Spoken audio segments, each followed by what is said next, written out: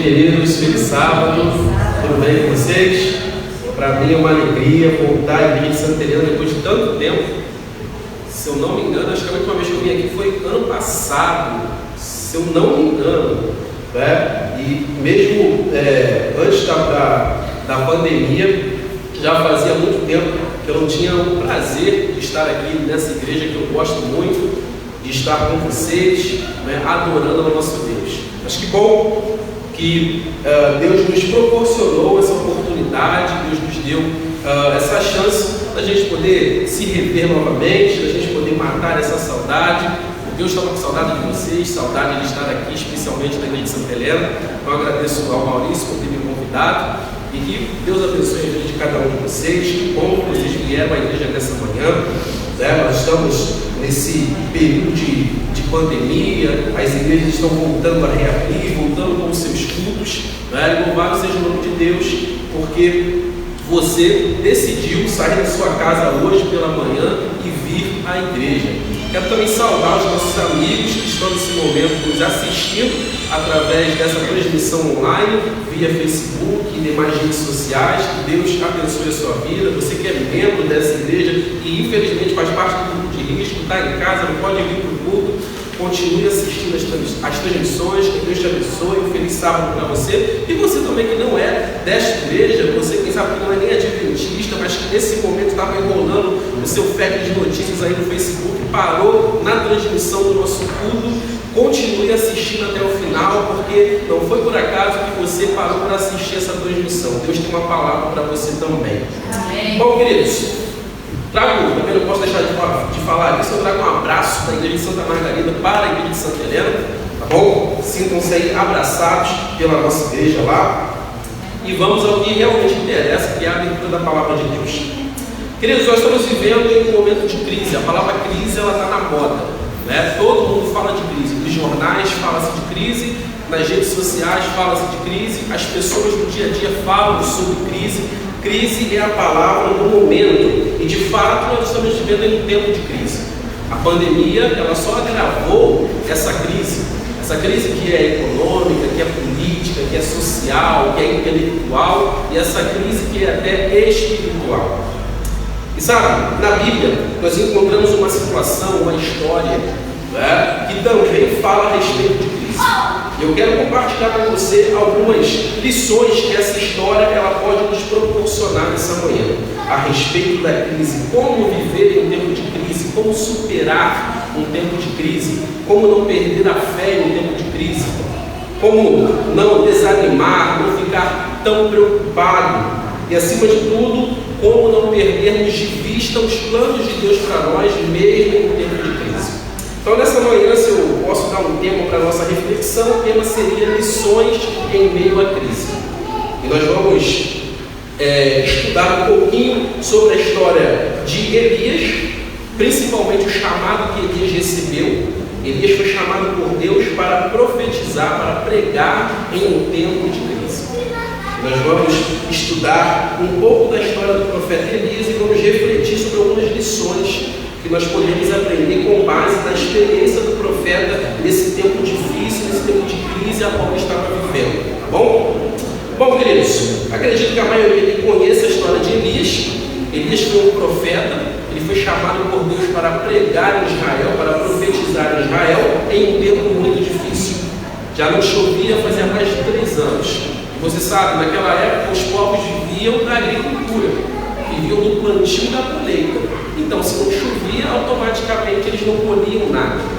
E aí, a crise era tão grande que já tinha pessoas passando fome, tinham pessoas morrendo de fome. O gado, os animais estavam morrendo por conta da seca.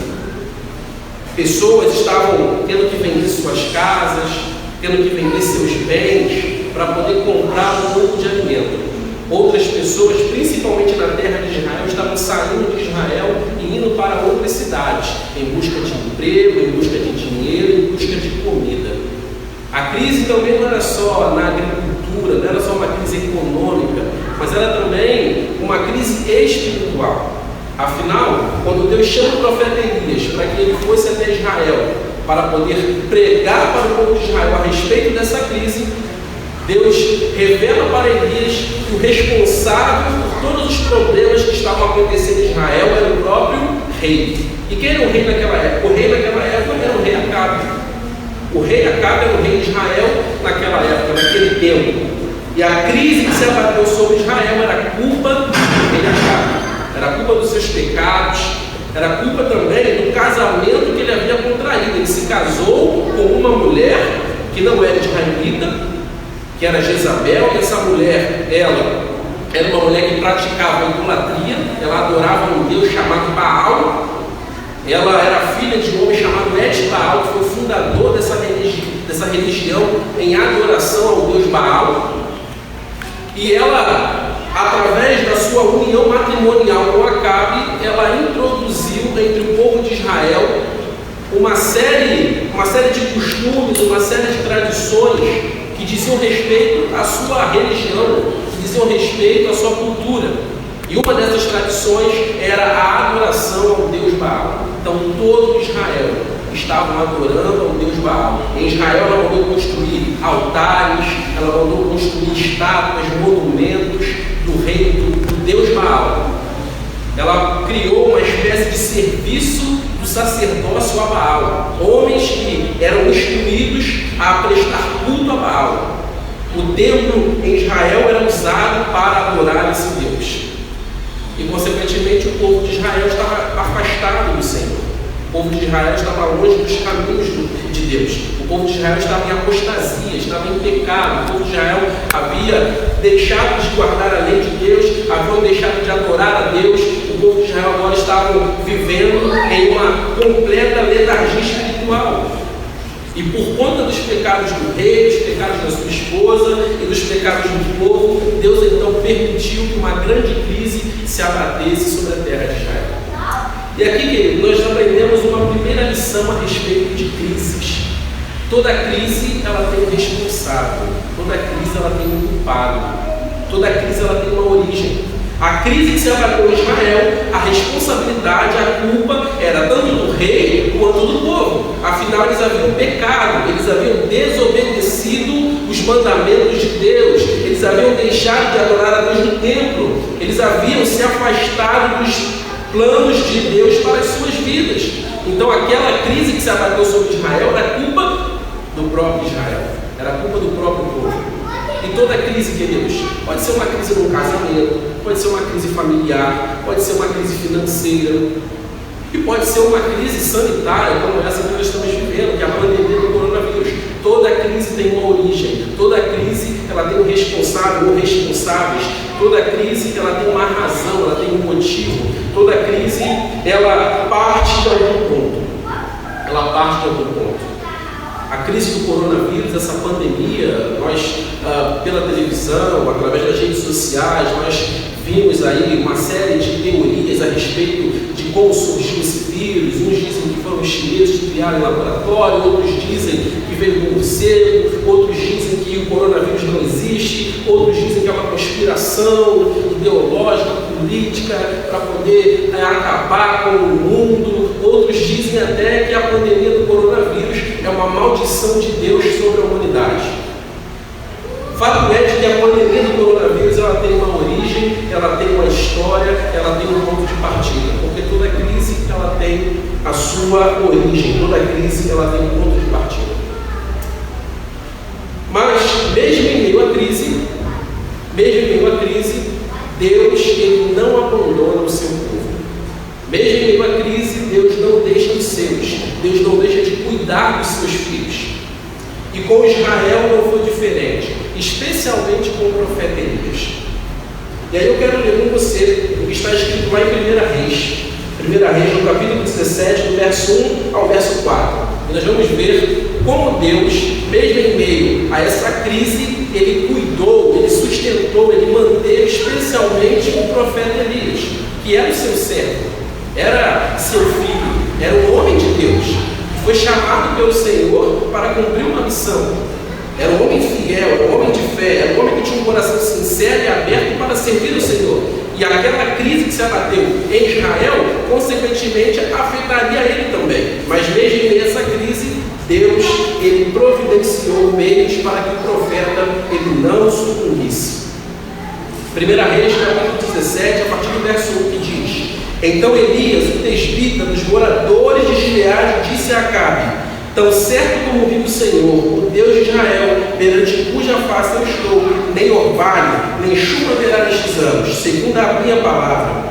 Veio-lhe a palavra do Senhor dizendo: Retira-te daqui, vai para o lado oriental, e esconde-te junto à torrente de Querite, fronteira ao Jordão.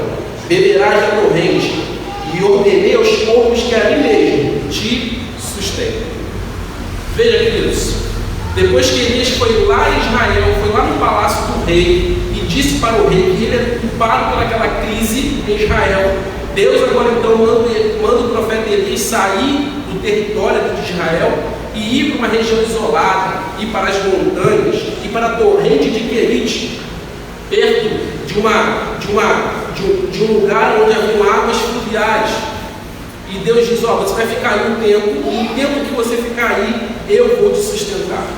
Eu vou mandar corpos, e esses corpos vão levar aí comida para você, alimento para você, você vai ter água disponível e você não vai sofrer os efeitos dessa crise. A segunda lição que a gente aprende aqui sobre tempos de crise é que mesmo em meio a uma crise, quer seja uma crise mundial, quer seja uma crise pessoal, quer seja uma crise familiar, Deus não deixa de cuidar dos seus filhos. Deus sempre providencia meios para que os seus filhos não sofram os impactos da crise. Isso mesmo. Deus ele não deixa de cuidar dos seus filhos nem em meio à crise.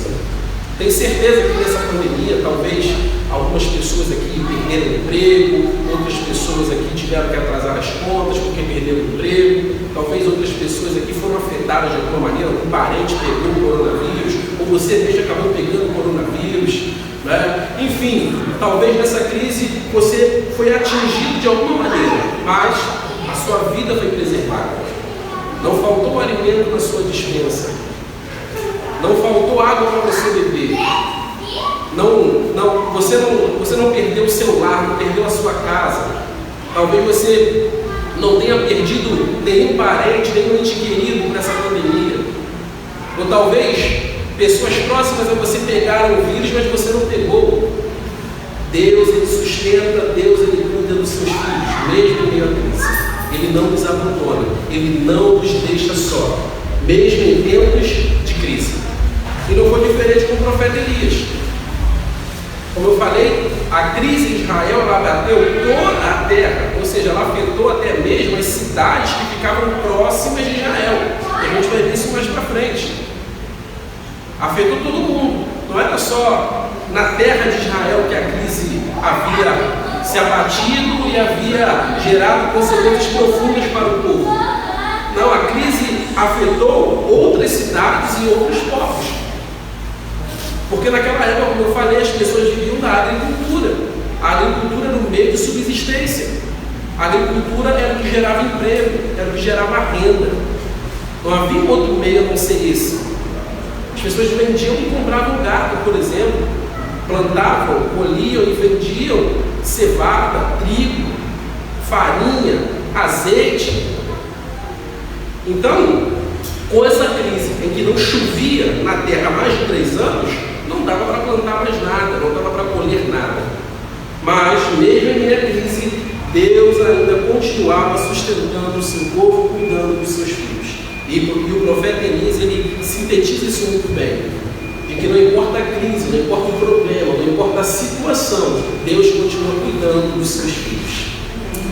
Mas a história prossegue.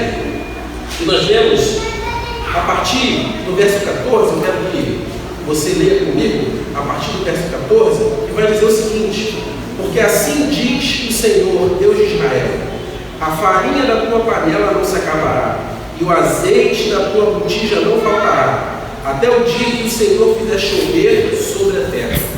Depois que Elias passou um tempo na torrente de Querite, naquela região isolada, Deus então manda ele sair dali e ir para um outro lugar. Ele vai para uma cidade chamada Samaria. Essa cidade ficava próxima da terra de Israel, próximo ao território de Israel, a capital de Israel. E nessa cidade as pessoas foram afetadas pela crise em Israel. Naquela cidade havia pessoas passando fome, naquela cidade as pessoas não estavam mais plantando nem colhendo nada, naquela cidade o gado estava morrendo. Já tinham pessoas até morrendo. E Deus então manda Elise lá, porque lá ele seria sustentado por uma mulher viúva que tinha um filho, uma mãe viúva que tinha um filho. E olha que coisa interessante, já que a crise havia se abatido sobre aquela terra, provavelmente todas as pessoas que moravam em Samaria, ou a maioria, foram afetadas pela crise. E nós vemos aqui na história que aquela mulher foi afetada por essa crise. Afinal, ela estava ali junto ao rio, pegando água, para poder preparar uma última refeição, porque ela só tinha um pouco de farinha e um pouquinho de azeite. E quando o profeta chega, se aproxima dela e pede a ela que primeiro dê água, depois pede a ela que prepare uma comida para ele, porque essa era a ordem do Senhor, ela então diz: eu só tenho um pouco de farinha, um pouco de azeite, a última refeição para mim e para o meu filho, e depois vamos aguardar a morte. Veja, aqui nós vemos que para sustentar, para cuidar, para prover as condições de subsistência para os seus filhos, Deus usa até pessoas, Deus usa até situações que parecem improváveis. Como é que uma mulher que só tinha um pouquinho de farinha, um pouquinho de azeite, poderia fazer uma refeição para 3 pessoas, que só dá para fazer para 2? Você entende? Olha como Deus trabalha para poder cuidar de nós, para poder nos sustentar, para poder nos manter, para provar que Ele é Deus em nossa vida em todo o tempo, até em tempo de crise. Ele usa situações improváveis, Ele usa pessoas que nem esperamos. Esses dias eu vi uma história de uma mulher, mãe divorciada, e ela foi afetada por essa pandemia do coronavírus. Ela ficou desempregada e morava de aluguel, e aí ela já não sabia mais como fazer para poder comprar comida, as contas estavam atrasando, e ela então resolveu orar. Era uma mulher cristã, não sei de que igreja que ela era, mas ela resolveu orar. E ela, na sua oração, pediu para que Deus enviasse alguém, para que Deus provesse um meio, porque senão ela teria que tomar algumas atitudes radicais. Quem sabe se prostituir para poder conseguir um pouco de dinheiro, teria que vender seus móveis, enfim, ela estava já desesperada. E ela orou. E quando foi no dia seguinte, alguém bateu na porta da casa dela. E quando ela abriu a porta, era um caminhão. E aí 2 homens saíram do caminhão e disseram: olha, mandaram te entregar uma cesta básica. E aí então os homens abriram ali a parte de trás do caminhão e desceram com a cesta básica, uma cesta enorme, com comida que dava para 2, 3 meses. E aquela mulher perguntou: quem foi que me mandou isso? E eles disseram: olha, a gente só veio entregar, aqui no papel está dizendo que é um doador anônimo, mas a gente não sabe quem é. Veja, queridos, Deus, em sua infinita misericórdia e amor, para mostrar que Ele cuida de nós e que Ele não nos abandona em situação alguma, Ele usa situações, Ele usa pessoas anônimas.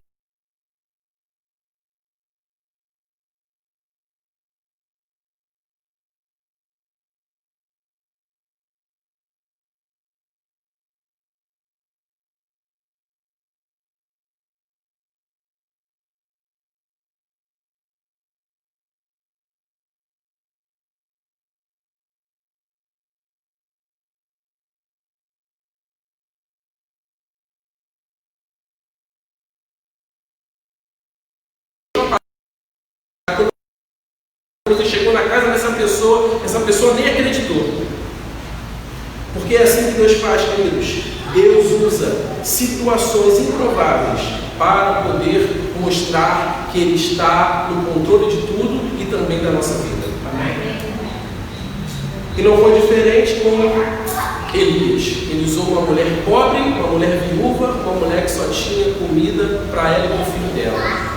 E aí, depois, a história diz que Deus multiplicou a farinha e o azeite daquela mulher. Deus encheu a despensa daquela mulher. Deus encheu a geladeira daquela mulher. Deus ali multiplicou o alimento. Deus ali trouxe condições para que aquela mulher tivesse comida para mais dias. Para mais dias. E sabe o que eu aprendo aqui? Uma outra lição muito importante em minha crise.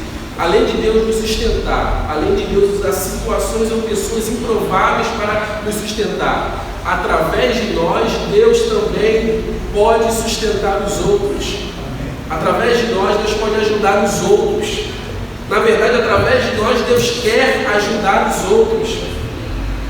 Através de nós, Deus quer salvar pessoas, Deus quer abençoar pessoas, Deus quer curar pessoas.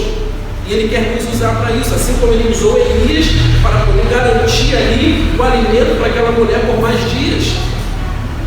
Então, em meio à crise, queridos, Deus não só cuida de nós, mas Ele cuida dos outros através de nós.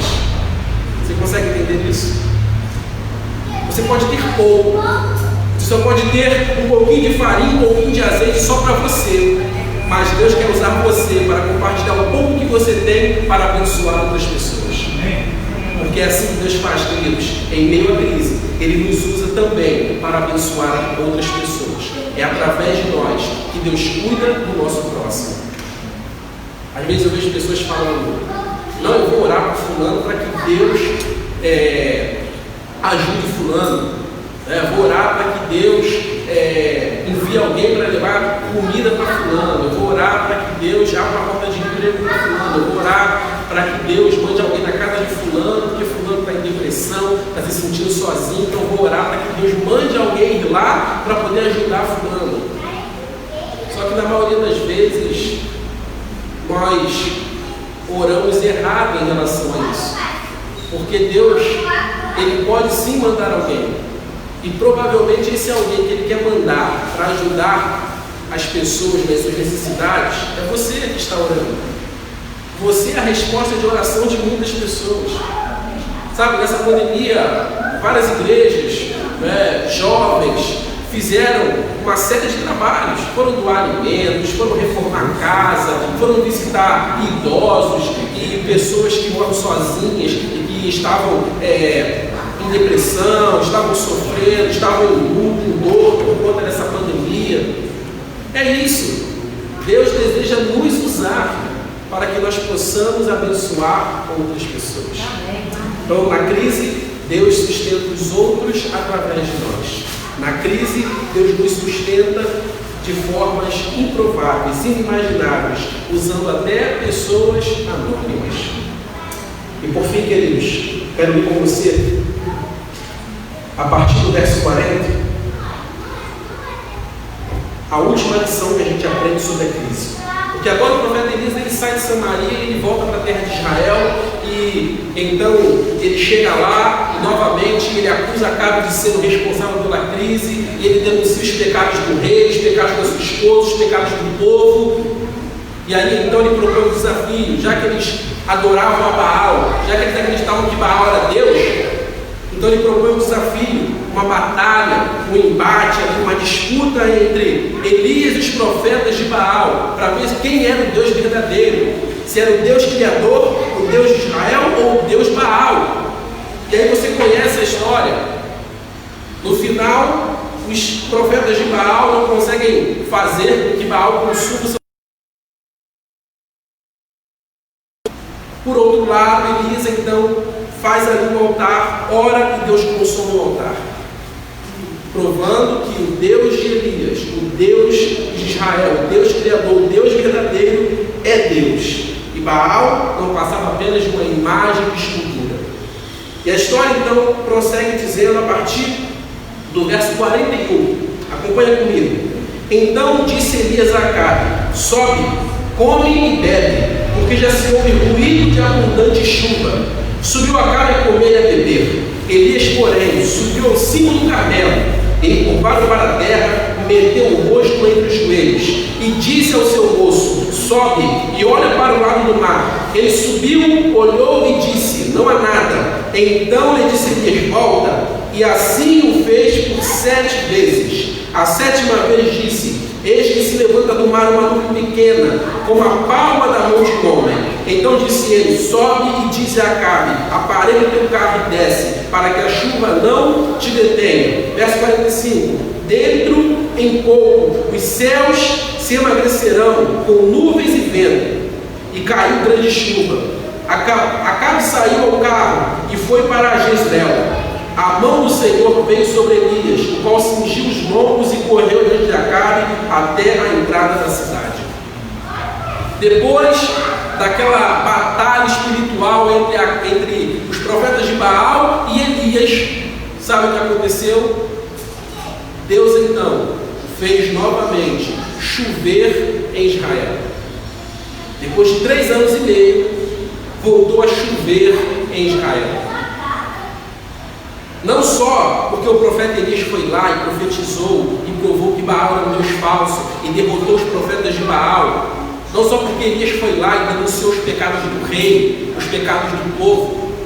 Mas Deus fez chover em Israel porque Deus, Ele é um Deus compassivo, misericordioso. E ainda que eu e você estejamos longe dEle, vivendo no pecado, na desobediência, ainda que estejamos mortos espiritualmente, o nosso Deus não nos abandona. Amém. Segundo, para toda crise ou em meio a qualquer crise, Deus é a única esperança, é a única saída, é a única solução. Para a crise em Israel, não bastava os profetas de Baal ou o próprio Baal fazer um milagre, não bastava Acabe fazer acordos econômicos com outros países para poder exportar água para Israel, não bastava somente Elias ir lá e pregar para o povo, mostrar os seus pecados e levá-los ao arrependimento. Não bastava somente o próprio povo criar meios para garantir a sua sobrevivência. A solução para aquela crise não era humana, a solução para aquela crise era divina. Deus é a única esperança, a única saída para toda e qualquer crise. Nessa pandemia, queridos, os cientistas estão tentando desenvolver uma vacina para esse novo coronavírus. Governos mundiais tomaram uma série de medidas, criando auxílio emergencial, tentando gerar emprego, tentando manter as empresas funcionando. Você, talvez na sua casa, talvez você que foi afetado pela pandemia, economicamente falando, começou a vender coisas, vender perfume, vender roupa, vender comida, salgado. Mas deixa eu te dizer uma coisa. Quem, em meio à crise, sustenta o seu povo, quem, em meio à crise, pode garantir que nada falte para o seu povo, quem em meio à crise cuida dos outros através de nós, quem em meio à crise pode de fato solucionar todos os problemas que a crise impõe é Deus. Você pode trabalhar, você pode vender coisas, você pode tentar ajudar as pessoas, os governos podem tomar medidas econômicas, mas no final, Deus é o único que pode resolver toda a problemática que uma crise pode causar. É Deus, queridos. É Deus. Nós estamos aqui nessa manhã porque Deus, em sua infinita misericórdia, permitiu que, mesmo em meio a essa pandemia, é Deus, queridos, que tem cuidado dos seus parentes. Quem sabe os seus parentes são um grupo de risco e eles não pegaram o vírus. Quem sabe na sua casa lá, o seu marido, a sua esposa, o filho seu mais velho está trabalhando, pegando BRT, trem lotado, indo trabalhar, mas não foi infectado. Porque Deus tem cuidado de nós, queridos. Amém. Deus é a única esperança em meio à crise. E Deus então fez chover em Israel novamente. E choveu em Israel. E novamente o povo voltou a plantar e voltou a colher. O gado parou de morrer. O texto diz que Acabe até se alimentou com sua esposa. As pessoas voltaram para sua casa e puderam preparar suas refeições, puderam abastecer sua despensa. Porque Deus fez milagres em meio à crise. Queridos, essa pandemia vai passar, eu tenho certeza disso. Mas o mundo continuará em crise. Porque profeticamente nós sabemos que antes de Jesus voltar, aconteceriam eventos globais. A violência ia aumentar, a corrupção ia aumentar, novas doenças iriam surgir.